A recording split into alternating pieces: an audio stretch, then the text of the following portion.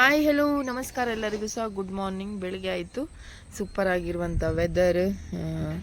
ಸ್ವಲ್ಪ ಕೆಲಸ ಎಲ್ಲ ಉಂಟು, ಅದನ್ನೆಲ್ಲ ಮಾಡ್ಕೊಳ್ತಾ ಇದ್ದೇನೆ. ನೋಡಿ ಹೇಗೆ ಕಾಣಿಸ್ತಾ ಇದೆ ಅಲ್ವಾ, ಸಖತ್ ಖುಷಿ ಆಗ್ತದೆ. ಸೊ ನಿನ್ನೆ ನಮ್ಮದು ಇದು ಸ್ವಲ್ಪ ಕೆಸರಾಗಿದೆ, ಇದನ್ನು ತೊಳ್ಕೊಳ್ಳಿಕ್ಕಿದೆ. ಮತ್ತು ಒಂದು ಸ್ವಲ್ಪ ಇದು ಕುಕ್ಕರನ್ನು ಚೆಂದ ಮಾಡಿ ತೊಳೆದು ಇಟ್ಟರೆ ಸಂಜೆಗೆ ಸ್ವಲ್ಪ ಕುಕ್ಕಿಂಗ್ ಮಾಡ್ಕೊಳ್ಳಿಕ್ಕೆ ಈಸಿ ಆಗುತ್ತೆ. ಸೊ ಖುಷಿ ಆಯಿತು, ಒಳ್ಳೆ ನಿದ್ರೆ ಬಂತು, ವೆದರೆಲ್ಲ ಒಳ್ಳೆ ಇತ್ತು. ಇವತ್ತಿನ ನೆಕ್ಸ್ಟ್ ಯಾವುದೆಲ್ಲ ಪ್ಲೇಸಿಗೆ ಹೋಗೋದು ಏನಂತೇಳಿ ನೋಡಬೇಕು. ಹಾಯ್ ಹೆಲೋ ನಮಸ್ಕಾರ ಎಲ್ಲರಿಗೂ ಸಹ. Second day of Hampi. So ರಾತ್ರಿ ಒಳ್ಳೆ ನಿದ್ರೆ ಬಂದಿದೆ. ಬೆಳಿಗ್ಗೆ ಎದ್ದು ಫ್ರೆಶ್ ಅಪ್ ಎಲ್ಲ ಆಗಿ ರೆಡಿಯಾಗಿ ಈಗ ಪ್ಲೇಸಸ್ ಎಲ್ಲ ವಿಸಿಟ್ ಮಾಡಲಿಕ್ಕೆ ಹೊರಟಿದ್ದೇವೆ. ಸೊ ಇವತ್ತಿನ ದಿನದಲ್ಲಿ ಯಾವುದೆಲ್ಲ ಪ್ಲೇಸಸ್ಗೆ ಹೋಗ್ತೇವೆ ಅಂತೇಳಿ ಈ ವಿಡಿಯೋದಲ್ಲಿ ತಿಳಿಸಿಕೊಡ್ತೇವೆ. ವಿಡಿಯೋನ ಸ್ಕಿಪ್ ಮಾಡಿದೆ. Thank you.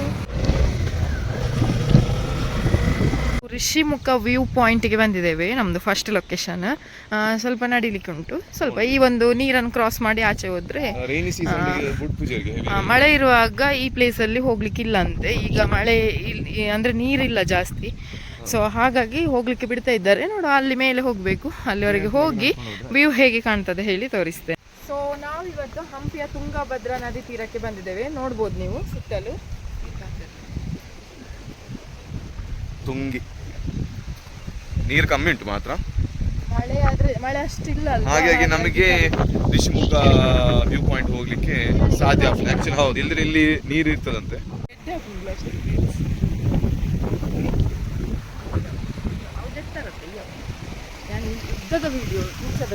ನಮ್ಮ ಸೆಕೆಂಡ್ ಇದು ಸ್ಟೋನ್ ಬ್ರಿಡ್ಜ್ಗೆ ಬಂದಿದ್ದೇವೆ. ಸೊ ಇದ್ರದ್ದು ಪರ್ಪಸ್ ಎಂತ ಹೇಳಿದ್ರೆ, ವಿಷಯ ಎಂತೆಲ್ಲ ಆ ದಡದಿಂದ ಈ ದಡಕ್ಕೆ ಬರ್ಲಿಕ್ಕೆ ಅಂತ ಆ ಟೈಮಲ್ಲಿ ನೋಡಿ. ಈಗ ನಾವು ಇಲ್ಲೇ ನಿಂತಿದ್ದೀವಿ.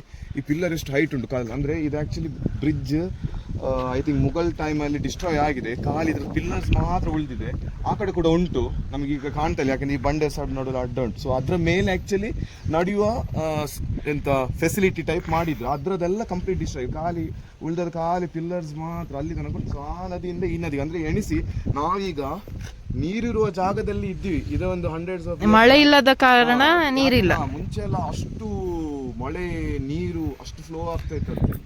ಯಾಕೆ ಕಟ್ಟಿದ್ರು ಹೇಳಿದ್ರೆ, ಬೇರೆ ಮಾರ್ಗವಾಗಿ ಹೋಗುದಾದ್ರೆ 20 ಕಿಲೋಮೀಟರ್ ಪ್ರಯಾಣ ಮಾಡಿ ಹೋಗ್ಬೇಕು ಗಾಡಿಯಲ್ಲಿ. ಸೊ ಈ ಬ್ರಿಡ್ಜ್ ಅಲ್ಲಿ ಡೈರೆಕ್ಟ್ ಹೋಗ್ಲಿಕ್ಕೆ ಆಗ್ತಾ ಇತ್ತಂತೆ.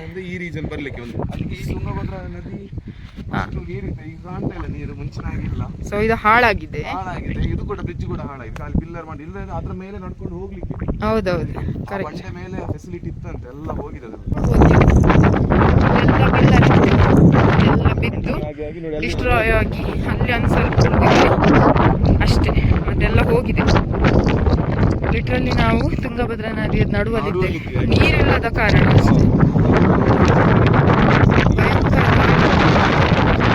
ನಾಳೆ ಹೋಗ್ಲಿಕ್ಕಿರುವಂಥದ್ದು ಅಂಜನಾದ್ರಿ ಬೆಟ್ಟ. ಇಲ್ಲಿಂದಲೇ ಕಾಣ್ತಾ ಉಂಟು. ಟ್ರೆಕ್ಕಿಂಗ್ ಇದೆ ಸ್ವಲ್ಪ. ಸೊ ಇದು ಇಲ್ಲಿ ದೂರದಲ್ಲಿ ಕಾಣುವಂಥದ್ದು ಪುರಂದರ ಮಂಟಪ ಅಂತೆ. ಸೊ ಆಚೆ ಸೈಡ್ ಇಂದ ಹೋಗ್ಬೋದು, ಇಲ್ಲಾದ್ರೆ ಇಲ್ಲಿಂದ ನಡ್ಕೊಂಡು ಹೋಗ್ಬೇಕು. ಇಲ್ಲಿ ಮುಂದೆ ಹೋದ್ರೆ ಋಷಿಮುಖ ಟೆಂಪಲ್, ಅದೇ ಪರ್ವತ ಕೇವ್ ಟೆಂಪಲ್ ಅಂತೆ. ನೋಡುವ, ಇದೇ ಋಷಿಮುಖ ಟೆಂಪಲ್. ಇದು ತುಂಬಾ ಜನ ತುಂಬಾ ಇದ್ದಾರಪ್ಪ ಇವತ್ತು. ಏನೋ ಪೂಜೆ ಆಗ್ತಾ ಉಂಟು. ಸೊ ಚಂದ್ರಮೌಳೇಶ್ವರ ಟೆಂಪಲ್ 15ನೇ ಶತಮಾನಕ್ಕೆ ಸೇರಿದ ಚಂದ್ರಮೌಳೇಶ್ವರ ದೇವಸ್ಥಾನವು ಋಷಿಮುಖ ಪರ್ವತದಲ್ಲಿ ಸ್ಥಾಪಿತವಾಗಿದೆ.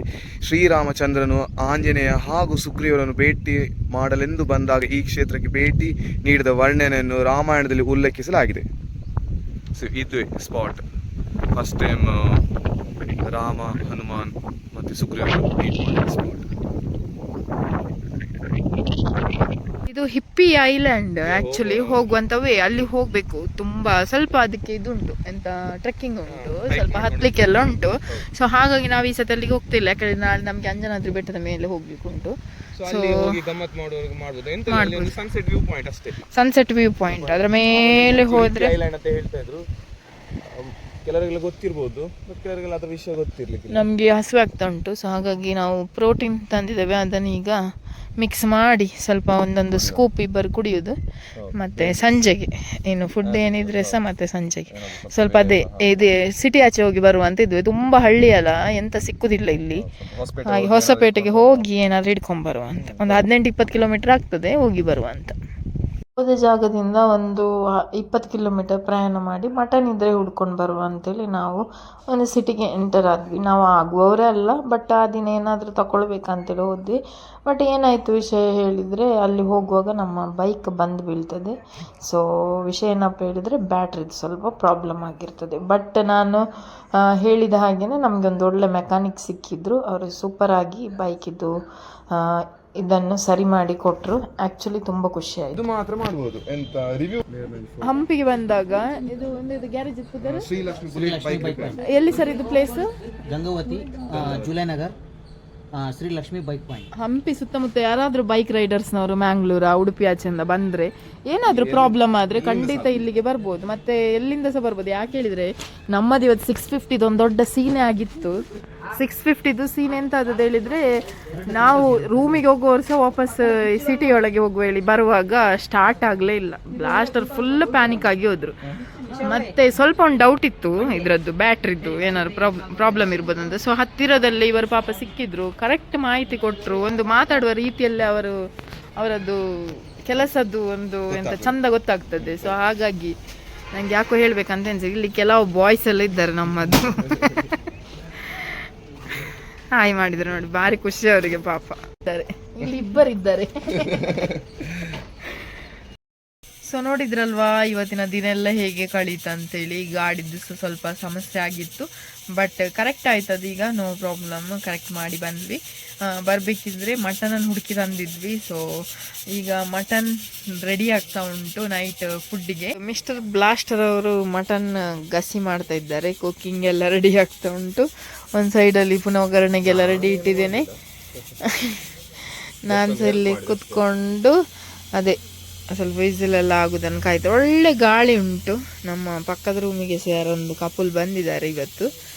ಸೊ ಹಾಗೆ ಫುಡ್ ರೆಡಿ ಆಗೋದನ್ನು ಕಾಯ್ದು, ರೆಡಿ ಆದಮೇಲೆ ಎರಡೆರಡು ಊಟ ಮಾಡೋದು, ಆಮೇಲೆ ರೆಸ್ಟ್ ಮಾಡೋದು. ನಾಳೆ ಅಂಜನಾದ್ರಿ ಬೆಟ್ಟಕ್ಕೆ ಹೋಗ್ಲಿಕ್ಕೆ ಉಂಟು. ಇನ್ನು ಸ್ವಲ್ಪ ವಿಸಿಲ್ ಆಗಬೇಕು, ಮಟನ್ ಅಲ್ವಾ. ಸೊ ಇವತ್ತಿದ್ದು ನಮ್ಮ ಸ್ಪೆಷಲ್ ಡಿನ್ನರಿಗೆ ಮಟನ್ ಕಸಿ ಆ್ಯಂಡ್ ರೈಸ್. ಸೊ ಇವತ್ತಿನ ವಿಡಿಯೋ ನಾನು ಇಲ್ಲಿಗೆ ಮುಗಿಸ್ತಾ ಇದ್ದೇನೆ. ನಮ್ಮದು ಫುಡ್ ರೆಡಿ ಆಯಿತು. ನಾಳೆ ಮತ್ತೊಂದು ವಿಡಿಯೋದೊಟ್ಟಿಗೆ ಮತ್ತೆ ಸಿಗ್ತೇನೆ. ಎಲ್ಲರಿಗೂ ಟೇಕ್ ಕೇರ್, ಬಾಯ್.